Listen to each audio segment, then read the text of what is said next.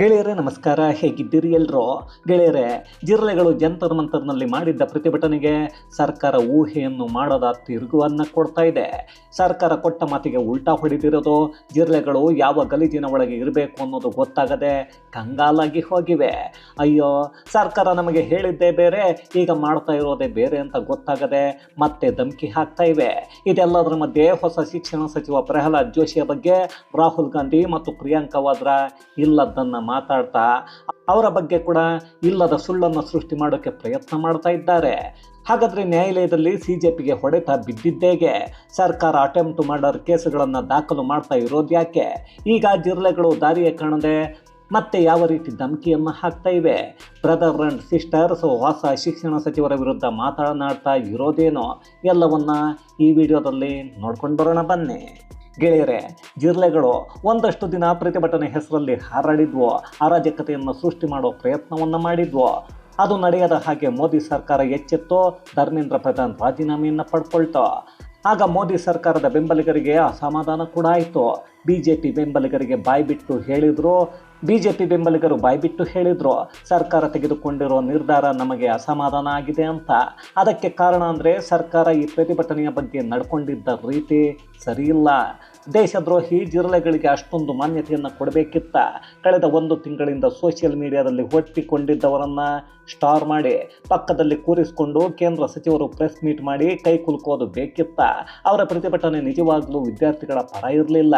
ವಿದ್ಯಾರ್ಥಿಗಳ ಹೆಸರಲ್ಲಿ ದೇಶದ್ರೋಹಿಗಳ ಕೆಲಸವನ್ನು ಮಾಡೋಕ್ಕೆ ನಿಂತಿದ್ರು.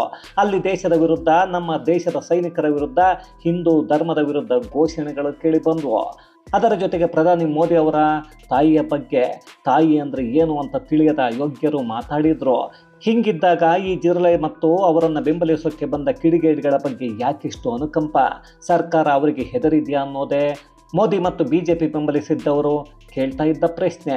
ಜಿರಳೆಗಳ ವಿಚಾರದಲ್ಲಿ ನಾಯಕರಿಗಿಂತ ಬಿಜೆಪಿ ಕಾರ್ಯಕರ್ತರು ವಿರೋಧವನ್ನು ಮಾಡಿದ್ರು. ಬಿಜೆಪಿಗೆ ಮತ ಹಾಕಿದ್ದವರಿಗೆ ಸರ್ಕಾರದ ತೀರ್ಮಾನ ಇಷ್ಟ ಆಗಿರಲಿಲ್ಲ. ಆದರೂ ಸರ್ಕಾರ ಅವರಿಗೆ ಯಾಕೆ ಮಾನ್ಯತೆ ಕೊಡ್ತಾ ಇದೆ ಅಂತ ಅನ್ನಿಸ್ತಾ ಇತ್ತು. ಆ ಸಮಯದಲ್ಲೂ ನಾವು ಹೇಳಿದ್ವಿ, ಸರ್ಕಾರ ಒಂದು ಹೆಜ್ಜೆಯನ್ನು ಹಿಂದೆ ಇಡ್ತಾ ಇದೆ ಅಂದರೆ ಅದರ ಹಿಂದೆ ದೊಡ್ಡ ಮಾಸ್ಟರ್ ಪ್ಲಾನ್ ಇದೆ ಅಂತ. ಅಷ್ಟೊಂದು ಬಲವಾಗಿದ್ದ ಕೇಂದ್ರ ಸರ್ಕಾರ ಅವತ್ತು ತಗ್ಗಿ ಬಗ್ಗಿ ನಡೆದದ್ದು ಯಾಕೆ ಅನ್ನೋದು ಈಗ ಗೊತ್ತಾಗ್ತಾ ಇದೆ. ಅವತ್ತು JP ನಡ್ಡಾ ಹೋಗಿ ಜಿರಳೆಗಳ ಜೊತೆ ಮಾತುಕತೆಯನ್ನು ನಡೆಸಿದ್ರು. ಅವರೇ ಒಂದು ರೀತಿ ಸಂಧಾನ ಮಾಡಿಕೊಂಡು ಮಾತನ್ನು ಕೊಟ್ಟಿದ್ದವರು. ಈಗ ಅವರೇ ರಾಜ್ಯಸಭೆಯಲ್ಲಿ ಹೇಳ್ತಿದ್ದಾರೆ, ಪ್ರತಿಭಟನೆಯ ವಿಚಾರದಲ್ಲಿ ಸರ್ಕಾರ ಏನು ಮಾಡಬೇಕೋ ಅದನ್ನು ಮಾಡುತ್ತೆ ಅಂತ.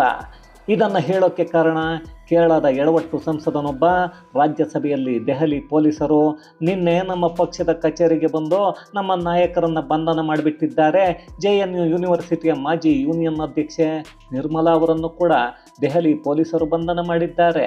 ಅದಕ್ಕೆ ಕಾರಣ ಅಂದರೆ ಈ JNU ಯೂನಿವರ್ಸಿಟಿಯ ಈ ಅತಿ ಬುದ್ಧಿವಂತರಿದ್ದಾರಲ್ಲ, ಇವರು ಜಂತರ್ ಮಂತರ್ ಪ್ರತಿಭಟನೆಯಲ್ಲಿ ಭಾಗವಹಿಸಿದ್ರು. ಅದಕ್ಕೆ ಅವರನ್ನೆಲ್ಲ ಬಂಧನ ಮಾಡಲಾಗಿದೆ ಅಂತ ರಾಜ್ಯಸಭೆಯಲ್ಲಿ ಹೇಳಿಕೊಳ್ತಾರೆ.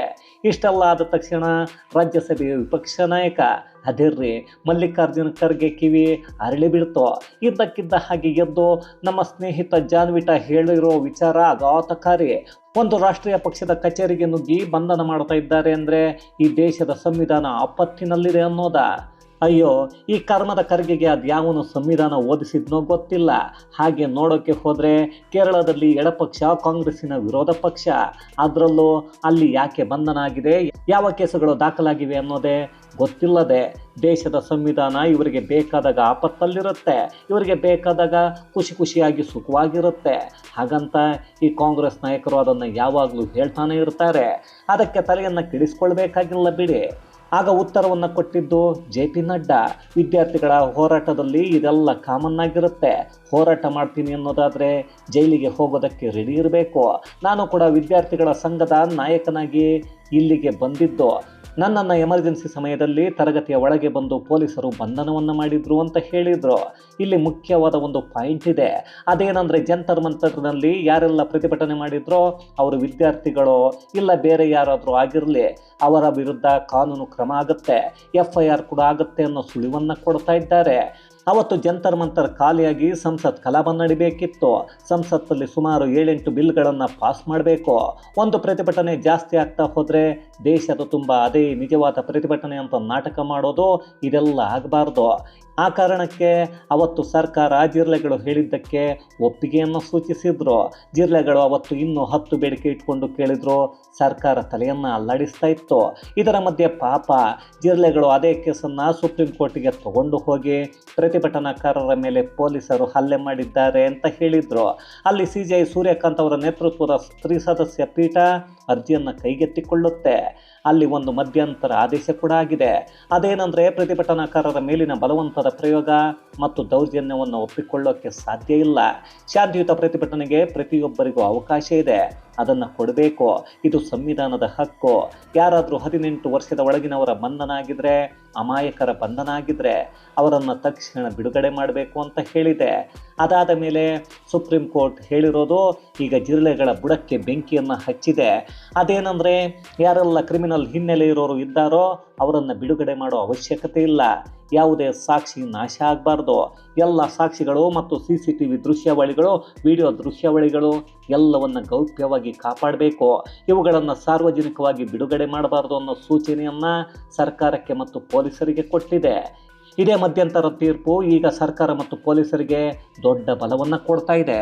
ಹಾಗಂತ ಕೇಂದ್ರ ಸರ್ಕಾರ ಅಥವಾ ಪೊಲೀಸರು ಯಾರೋ ಅಮಾಯಕರನ್ನು ತಗೊಂಡು ಬಂದು ಜೈಲಲ್ಲಿ ಇಡಬೇಕು ಅನ್ನೋ ಯೋಚನೆಯನ್ನು ಮಾಡ್ತಾರಾ? ಖಂಡಿತ ಇಲ್ಲ. ಅದನ್ನು ಮಾಡಿದ್ದೇ ಆದರೆ ಅದು ನಿಜವಾದ ತಪ್ಪಾಗುತ್ತೆ. ಆದರೆ ಪ್ರತಿಭಟನೆಯಲ್ಲಿ ಭಾಗಿಯಾಗಿದ್ದ ಕ್ರಿಮಿನಲ್ಗಳು ತಪ್ಪಿಸಿಕೊಳ್ಳೋದು ದೇಶಕ್ಕೆ ಅಪಾಯ. ಇಲ್ಲಿ ಅಪ್ಪಿತಪ್ಪಿ ಸುಪ್ರೀಂ ಕೋರ್ಟಿನ ಆದೇಶಕ್ಕೂ ಮೊದಲೇ ಸರ್ಕಾರ ಇಂತಹ ತೀರ್ಮಾನವನ್ನು ಮಾಡಿದರೆ ವಿರೋಧ ಜಾಸ್ತಿ ಆಗ್ತಾ ಇತ್ತು. ಈಗ ಸುಪ್ರೀಂ ಕೋರ್ಟ್ ತೀರ್ಪು ಬಂದಿದೆ. ಈಗ ಯಾರಾದರೂ ವಿರೋಧ ಮಾಡೋಕ್ಕಾಗತ್ತಾ ಅಂದರೆ ಖಂಡಿತ ಇದನ್ನು ಜಿರಳೆಗಳು ವಿರೋಧ ಮಾಡ್ತಾ ಇವೆ. ಅವರು ಮತ್ತೆ ಸರ್ಕಾರಕ್ಕೆ ಧಮಕಿಯನ್ನು ಹಾಕ್ತಾ ಇವೆ. ಜೊತೆಗೆ ಸುಪ್ರೀಂ ಕೋರ್ಟ್ ವಿದ್ಯಾರ್ಥಿಗಳ ವಿರುದ್ಧ ಕೇಸನ್ನು ದಾಖಲು ಮಾಡಬಾರ್ದು ಅಂತ ಹೇಳಿರೋದು ಸ್ವಾಗತಾರ್ಹ. ಆದರೆ ನಾವು ಸರ್ಕಾರವನ್ನು ಕೇಳಿದ್ವಿ, ಪ್ರತಿಭಟನೆಯಲ್ಲಿ ಭಾಗವಹಿಸಿದ್ದ ಯಾವುದೇ ವ್ಯಕ್ತಿಯ ಮೇಲೆ ಕೇಸುಗಳನ್ನು ದಾಖಲು ಮಾಡಬಾರ್ದು. ಅವರು ವಿದ್ಯಾರ್ಥಿಗಳಾಗಲಿ ಬೇರೆ ಯಾರೇ ಆಗಿರಲಿ. ಅದು ಇವತ್ತು ಅಂತ ಅಲ್ಲ, ಮುಂದೆ ಭವಿಷ್ಯದಲ್ಲೂ ಯಾರ ವಿರುದ್ಧವೂ ಕೇಸುಗಳು ದಾಖಲಾಗಬಾರ್ದು ಅಂತ ಕೇಳಿದ್ವಿ. ಅದನ್ನು ಸರ್ಕಾರ ಅವತ್ತು ಒಪ್ಕೊಂಡಿತ್ತು. ಈಗ ನೋಡಿದರೆ ಎಲ್ಲರ ವಿರುದ್ಧ ಕೇಸುಗಳನ್ನು ದಾಖಲು ಮಾಡ್ತಾ ಇದೆ. ಇದೇ ರೀತಿ ಮಾಡಿದರೆ ನಾವು ಮತ್ತೆ ಪ್ರತಿಭಟನೆಯನ್ನು ಮಾಡಬೇಕಾಗತ್ತೆ. ಈ ಬಾರಿ ದೇಶದ ಎಲ್ಲ ರಾಜ್ಯಗಳಲ್ಲೂ ವಿದ್ಯಾರ್ಥಿಗಳು ಬೀದಿಗೆ ಇಳಿತಾರೆ ಅಂತಿದ್ದಾನೆ. ಅದೇ ರೀ ಆ ಯೋಗ್ಯ ಸೌರಭ್, ಅದೆಂಥದ್ದು ದಾಸ್ ಅಂತ ಇದ್ದಾನಲ್ಲ ಅವನು. ಅಲ್ಲ ರೀ, ಇವರ ಯೋಗ್ಯತೆಯನ್ನು ಮೊನ್ನೆ ಜನರು ನೋಡಿದ್ದಾರೆ. 21 ವಿದ್ಯಾರ್ಥಿಗಳ ಹೆಸರಲ್ಲಿ ಪ್ರತಿಭಟನೆ ಮಾಡಿ ಅದಾದ ನಂತರ 5 ಸ್ಟಾರ್ ಹೋಟೆಲಲ್ಲಿ ಪಾರ್ಟಿ ಮಾಡಿ ಡ್ಯಾನ್ಸ್ ಮಾಡಿದ್ದು. ಸತ್ತವರ ಹೆಸರನ್ನು ಹೇಳಿಕೊಂಡು ಇವರ ಪಾರ್ಟಿ ನಡೆಯುತ್ತೆ. ಇಂಥವರನ್ನು ನಂಬಿ ಮತ್ತೆ ಯಾವನಾದರೂ ಪ್ರತಿಭಟನೆ ಮಾಡೋಕ್ಕೆ ಹೋಗ್ತಾನಾ? ನೀಟ್ ಅಕ್ರಮ ಆದಾಗ ಸಾವನ್ನಪ್ಪಿದ 21 ವಿದ್ಯಾರ್ಥಿಗಳ ಫೋಟೋಗಳನ್ನು ಜಂತರ್ ಮಂತರಲ್ಲಿ ಹಾಕಿ ಪ್ರತಿಭಟನೆಯನ್ನು ನಡೆಸಿದ್ರು. ಅದೇ ಪ್ರತಿಭಟನೆ ಮುಕ್ತಾಯ ಆದಾಗ ಆ ಫೋಟೋಗಳು ರಸ್ತೆಯಲ್ಲಿ ಬಿದ್ದಿದ್ವು. ಅವರ ಅಪ್ಪ ಅಮ್ಮ ಅದನ್ನು ನೋಡಿದರೆ ಮಕ್ಕಳನ್ನು ಕಳೆದುಕೊಂಡಿದ್ದಕ್ಕಿಂತ ಹೆಚ್ಚು ನೋವಾಗಲ್ವಾ? ಇಂತಹ ಅಯೋಗ್ಯ ಜಿರಳೆಗಳು ಇವು. ಈ ಜಿರಳೆಗಳು ಈಗ ಸರ್ಕಾರ ಸುಪ್ರೀಂ ಕೋರ್ಟ್ ಆದೇಶವನ್ನು ಪಾಲಿಸಬಾರದು ಅಂತ ಹೇಳ್ತಾ ಇವೆ. ಹಾಗಾದರೆ ಇವರ ಧಮಕಿಗಳಿಗೆ ಸರ್ಕಾರ ಹೆದರುತ್ತಾ ಅಂದರೆ ಖಂಡಿತ ಇಲ್ಲ. ಪೊಲೀಸರು ಏನು ಮಾಡಬೇಕು ಅದನ್ನು ಈಗಾಗಲೇ ಶುರು ಮಾಡಿದ್ದಾರೆ. ಅದರಲ್ಲಿ ಸುಮಾರು 12 ಅಟೆಂಪ್ಟ್ ಮರ್ಡರ್ ಕೇಸುಗಳು ದಾಖಲಾಗಿವೆ. ಜೊತೆಗೆ 3 ಪೊಲೀಸರ ಮೇಲೆ ಹಲ್ಲೆ ಸೇರಿ ಬೇರೆ ಬೇರೆ ಕೇಸುಗಳು ದಾಖಲು ಮಾಡಿದ್ದಾರೆ. ಅದರಲ್ಲಿ ಎಷ್ಟು ಜನರ ಹೆಸರಿದೆ ಅನ್ನೋದು ಈಗಾಗಲೇ ರಿವೀಲ್ ಆಗ್ತಾ ಇದೆ. ಅದಕ್ಕೆ ಯಾವೆಲ್ಲ ಕ್ರಮಗಳು ಆಗಬೇಕೋ ಅದನ್ನು ಪೊಲೀಸರು ಮಾಡ್ತಾ ಇದ್ದಾರೆ. ಈಗ ಜಿರಳೆಗಳು ಅವುಗಳ ಧಮಕಿ ಇದೆಲ್ಲ ಕೆಲಸವನ್ನು ಮಾಡುತ್ತೆ ಅಂತ ನನಗೆ ಅನ್ನಿಸ್ತಾ ಇಲ್ಲ. ಆದರೂ ಈಗ ಜಿರಳೆಗಳು ಪಂಜಾಬ್ ರೈತ ಮುಖಂಡ ಅಂತ ಹೇಳಿಕೊಳ್ಳೋ ದೇಶದ್ರೋಹಿಯನ್ನು ಕರೆಸಿಕೊಂಡು ನಿನ್ನೆ ದೆಹಲಿಯಲ್ಲಿ ಮೀಟಿಂಗ್ ಮಾಡಿವೆ. ಆ ದೇಶದ್ರೋಹಿ ಯಾರೂ ಅಲ್ಲ, ರಾಕೇಶ್ ಟಿಕಾಯತ್. ದೇಶದಲ್ಲಿ ಯಾವ ರೀತಿಯಾದ ಅರಾಜಕತೆಯನ್ನು ಸೃಷ್ಟಿ ಮಾಡಬಹುದು ಅಂತ ಮುಂದೆ ರೈತರ ಸೋಗಿನಲ್ಲಿ ದೇಶದ್ರೋಹಿಗಳು ವಿದ್ಯಾರ್ಥಿ ಸಾವಿನ ಮೇಲೆ ಪಾರ್ಟಿ ಮಾಡೋರು ಸೇರಿ ಪ್ರತಿಭಟನೆಯ ಹೆಸರಲ್ಲೇ ಮತ್ತೆ ಬೀದಿಗಿಳಿತಾರೆ ಅನ್ನೋದು ಗೊತ್ತಾಗ್ತಾ ಇದೆ. ವಿದ್ಯಾರ್ಥಿಗಳು ಪ್ರತಿಭಟನೆ ಮಾಡೋದು ಸರಿ, ಅದು ಶಾಂತಿಯುತವಾಗಿ ಮಾಡಿದರೆ ಓಕೆ. ಇಲ್ಲ ಅಂದರೆ ಒಂದೇ ಒಂದು ಕೇಸ್ ಇಡೀ ಜೀವನಕ್ಕೆ ತೊಂದರೆ ಆಗುತ್ತೆ. ಎಷ್ಟೇ ಓದಿ ಯಾವುದೇ ರ್ಯಾಂಕ್ ತೊಗೊಂಡ್ರೂ ಸರ್ಕಾರಿ ಉದ್ಯೋಗ ಸಿಗಲ್ಲ, ಕೇಸಿಂದ ಹೊರಗೆ ಬರೋಕ್ಕೆ ಆಗಲ್ಲ. ಈಗ ಪೊಲೀಸರ ಮೇಲೆ ಹಲ್ಲೆಯನ್ನು ಮಾಡಿರೋದ್ರಿಂದ ಪೊಲೀಸರು ಸುಮ್ಮನೆ ಇರಲ್ಲ. ಸರ್ಕಾರ ತಣ್ಣಗಾದರೂ ಪೊಲೀಸರು ತಣ್ಣಗಾಗಲ್ಲ. ಯಾವಾಗ ಯಾವ ರೀತಿಯಾದ ಕೇಸನ್ನು ಜಡಿಬೇಕು ಅನ್ನೋದನ್ನು ನಾವ್ಯಾರು ಅವರಿಗೆ ಹೇಳ್ಕೊಡ್ಬೇಕಾಗಿಲ್ಲ, ಅದನ್ನು ಪೊಲೀಸರು ಮಾಡಿಕೊಳ್ತಾರೆ. ಇದು ಜಿರಳೆಗಳಿಗೆ ಗೊತ್ತಿಲ್ವಾ ಅಂದರೆ ಅವರಿಗೆ ಎಲ್ಲವೂ ಗೊತ್ತು. ಅದೇ ಕಾರಣಕ್ಕೆ ಪದೇ ಪದೇ ಕಪಿಲ್ ಸಿಬಲ್ ಜೊತೆ ಕಾಣಿಸಿಕೊಳ್ತಾ ಇದ್ದಾರೆ. ಇಲ್ಲಿ ಕಪಿಲ್ ಸಿಬಲ್ ಹೇಳಿರೋದು CJPಯ ಕೇಸನ್ನು ನಾನು ವಾದ ಮಾಡ್ತೀನಿ ಅಂತ. ಯಾವುದೇ ವಿದ್ಯಾರ್ಥಿಗಳ ಪರವಾಗಿ ಅವರ ವಿರುದ್ಧ ಕೇಸುಗಳು ದಾಖಲಾದರೆ ವಾದವನ್ನು ಮಾಡ್ತೀನಿ ಅಂತ ಎಲ್ಲೂ ಹೇಳ್ತಾ ಇಲ್ಲ. ಇದನ್ನು ನೋಡ್ತಾ ಇದ್ರೆ ಈ ಕಪಿಲ್ ಸಿಬಲ್ಗೆ ಬೇರೆ ಯಾರೋ ಫಂಡಿಂಗ್ ಮಾಡಿದ್ದಾರೆ ಅನ್ನಿಸಲ್ವಾ? ಯಾಕಂದರೆ ಈ ಕಪಿಲ್ ಸಿಬಲ್ ತನ್ನ ವೃತ್ತಿ ಜೀವನದಲ್ಲಿ ಒಂದೇ ಒಂದು ದೇಶದ ಪರವಾದ ಕೇಸನ್ನು ತೆಗೆದುಕೊಂಡು ವಾದ ಮಂಡಿಸಿಲ್ಲ. ಯಾವಾಗಲೂ ಯಾರು ದೇಶದ ವಿರುದ್ಧ ದೇಶದ್ರೋಹಿಗಳ ಪರ ವಾದ ಮಂಡನೆ ಮಾಡ್ತಾರೆ, ಅಲ್ಲಿಗೆ ಹಣ ಎಲ್ಲಿಂದ ಬರುತ್ತೆ? ಯಾರು ಕೋಟಿ ಕೋಟಿ ಫೀಸ್ ಕೊಡ್ತಾರೆ? ವಿದ್ಯಾರ್ಥಿಗಳ ಪರ ಅಂತ ಹೇಳ್ಕೊಂಡಿದ್ದ ಸೌರಭ್ ದಾಸ್, ಅಭಿಜಿತ್ ದೀಪ್ಗೆ ಇವರೆಲ್ಲ ಕೋಟಿ ಕೋಟಿ ವಕೀಲರ ಫೀಸ್ ಕೊಡೋ ಮಟ್ಟಕ್ಕೆ ಬದುಕಿದ್ದಾರೆ.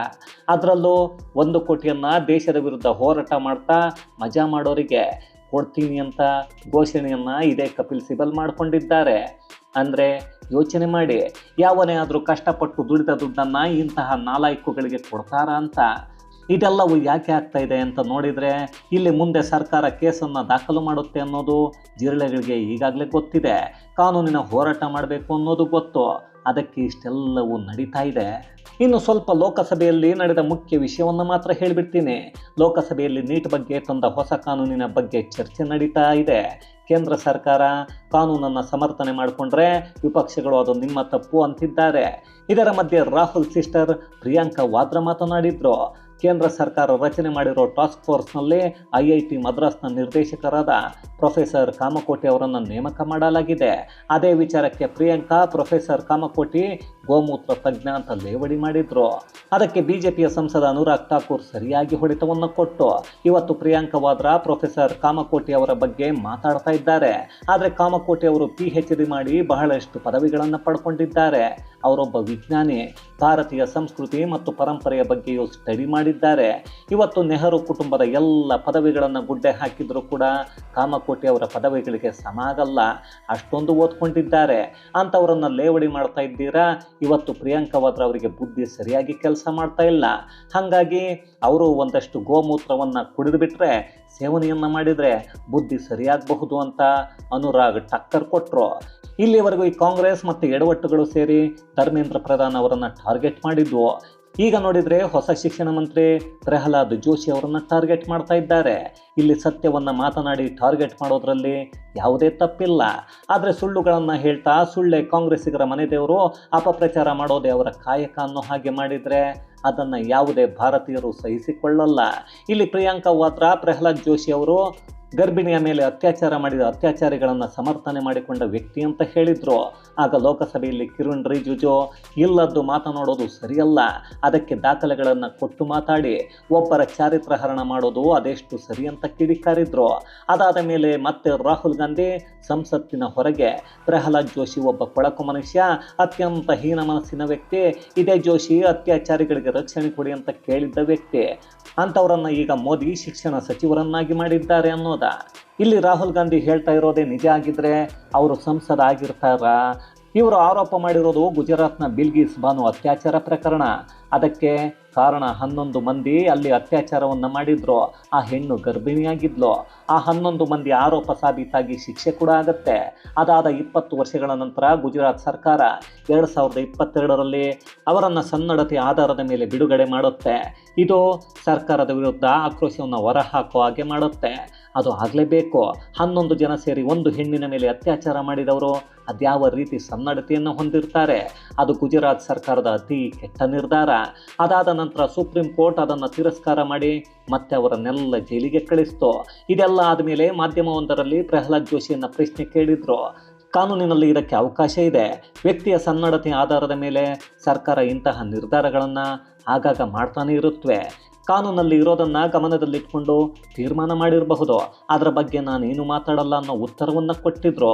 ಅದನ್ನೇ ಈಗ ಬೇರೆಯದ್ದೇ ರೀತಿಯಾಗಿ ತಿರುಗಿಸಿ ಮಾತಾಡ್ತಾ ಇದ್ದಾರೆ. ಯಾಕೆ? ನಮ್ಮ ರಾಜ್ಯದಲ್ಲಿ DK ಶಿವಕುಮಾರ್ CM ಆದ ನಂತರ ಅದೆಷ್ಟು ರೌಡಿ ಶೀಟರ್ ಬಿಡುಗಡೆಯಾಗಿದ್ದಾರೆ. ಸುಮ್ಮನೆ ಗೂಗಲಲ್ಲಿ ಹಾಗೇ ಸರ್ಚ್ ಮಾಡಿಕೊಳ್ಳಿ, ನಿಮಗೆ ಉತ್ತರ ಸಿಗುತ್ತೆ. ಇದನ್ನೆಲ್ಲ ಮಾತನಾಡ್ತಾ ಇರೋರು ಸುಕನ್ಯಾ ದೇವಿ ಕೇಸಲ್ಲಿ ರಾಹುಲ್ ಗಾಂಧಿ ಮತ್ತು ಅವರ ಕುಟುಂಬ, ಆ ಒಂದು ಇಡೀ ಕುಟುಂಬವನ್ನು ನಾಪತ್ತೆ ಮಾಡಿ ಆಕೆಯ ಮೇಲಿನ ಅತ್ಯಾಚಾರಕ್ಕೆ ನ್ಯಾಯ ಬೇಕು ಅಂತ ಪ್ರಿಯಾಂಕಾ ವಾದ್ರಾ ಯಾಕೆ ಕೇಳಿಲ್ಲ? ಆಕೆಯನ್ನು ಅತ್ಯಾಚಾರ ಮಾಡಿದ್ದು ಇದೇ ರಾಹುಲ್ ಗಾಂಧಿ ಮತ್ತು ಸ್ನೇಹಿತರು ಅನ್ನೋದು ಇದ್ದ ದೂರು. ಆದರೆ ಅದರ ಬಗ್ಗೆ 20 ವರ್ಷ ಆದರೂ ನಕಲಿ ಗಾಂಧಿಗಳ ಕುಟುಂಬ ಯಾಕೆ ಬಾಯನ್ನು ಬಿಟ್ಟಿಲ್ಲ, ಉತ್ತರವನ್ನು ಕೊಡ್ತಾ ಇಲ್ಲ? ಈಗ ಅಂಥದ್ದೇ ಕುಟುಂಬ ಒಬ್ಬ ಮಂತ್ರಿಯ ಮೇಲೆ ಸುಳ್ಳು ಆರೋಪ ಮಾಡೋದು ಅದೆಷ್ಟು ಸರಿಯಾಗಿದೆ ಅನ್ನೋದನ್ನು ಯೋಚನೆ ಮಾಡಿಕೊಳ್ಳಿ. ಅದಕ್ಕೆ ಸಂಬಂಧಪಟ್ಟ ವಿಡಿಯೋ ನಮ್ಮದೇ ಚಾನಲಲ್ಲಿ ಈಗಾಗಲೇ ಇದೆ, ನೋಡಿಕೊಳ್ಳಿ. ಆಗ ರಾಹುಲ್ ಗಾಂಧಿ ಇತಿಹಾಸ ಅರ್ಥ ಆದರೂ ಆಗಬಹುದು. ಇರಲಿ ಬಿಡಿ, ಅಲ್ಲಿ ಬಿಲ್ಗಿಸ್ ಬಾನೋ ಪ್ರಕರಣ ಅತ್ಯಂತ ಹೀನ ಕೃತ್ಯ. ಹಾಗಾಗಿ ಅಲ್ಲಿ ಕಾನೂನಿನ ಪ್ರಕಾರ ಪ್ರಹ್ಲಾದ್ ಜೋಶಿ ಮಾತನಾಡಿದ್ದು ತಪ್ಪಲ್ಲ. ಆದರೆ ಒಬ್ಬ ಅತ್ಯಾಚಾರಿ ಇನ್ನೊಬ್ಬರ ಮೇಲೆ ಅತ್ಯಾಚಾರಿಗಳಿಗೆ ರಕ್ಷಣೆ ಕೊಟ್ಟವರು ಅಂತ ಹೇಳ್ತಾರೆ ಅನ್ನೋದೇ ದೊಡ್ಡ ಕರ್ಮ. ಈ ರಾಹುಲ್ ಗಾಂಧಿ ಅದೆಂಥ ಸುಳ್ಳುಗಾರ ಯೋಚನೆ ಮಾಡಿ. ಇಂತಹ ವ್ಯಕ್ತಿ ನಮ್ಮ ಭಾರತದಲ್ಲಿ ಮತ್ತೊಬ್ಬ ಹುಟ್ಟೋಕ್ಕೆ ಸಾಧ್ಯನೇ ಇಲ್ಲ. ಸದ್ಯಕ್ಕೆ ಇದ್ದಾರೆ, ಅವರನ್ನು ಪ್ರೀತಿ ಮಾಡೋರು ಮಾಡಿಕೊಳ್ಳಿ, ಅವರ ಹಿಂದೆ ಸುತ್ತೋರು ಸುತ್ತಕೊಳ್ಳಿ, ಅವರ ಮೇಲೆ ಬಿದ್ದು ಒದ್ದಾಡೋರು ಒದ್ದಾಡಿಕೊಳ್ಳಿ, ಅದು ನಿಮ್ಮ ಕರ್ಮ. ಆದರೆ ನಿಜ ಭಾರತೀಯರು ಯಾವಾಗಲೂ ಎಚ್ಚರದಿಂದಿರಬೇಕು. ಇಲ್ಲ ಅಂದರೆ ಭಾರತೀಯರೇ ಭಾರತದಲ್ಲಿ ಬದುಕೋದು ಕಷ್ಟ ಅನ್ನೋ ಪರಿಸ್ಥಿತಿಗೆ ಇಂಥವರು ತಂದು ಬಿಡ್ತಾರೆ ಅಷ್ಟೇ. ಇದು ಗೆಳೆಯರೇ, ಜಿರ್ಲೆ ಪಕ್ಷದ ಕಳ್ಳಾಟ ಮತ್ತು ರಾಹುಲ್ ಗಾಂಧಿ ಹಾಗೆ ಪ್ರಿಯಾಂಕಾ ವಾದ್ರಾ ಸುಳ್ಳಾಟದ ಕುರಿತಾದ ಒಂದಷ್ಟು ಮಾಹಿತಿ. ಮತ್ತಷ್ಟು ವಿಶೇಷತೆಗಳೊಂದಿಗೆ ಮುಂದಿನ ವಿಡಿಯೋದಲ್ಲಿ ಭೇಟಿಯಾಗೋಣ. ಅಲ್ಲಿಯವರೆಗೂ ಕನ್ನಡವೇ ಸತ್ಯ, ಕನ್ನಡವೇ ನಿತ್ಯ.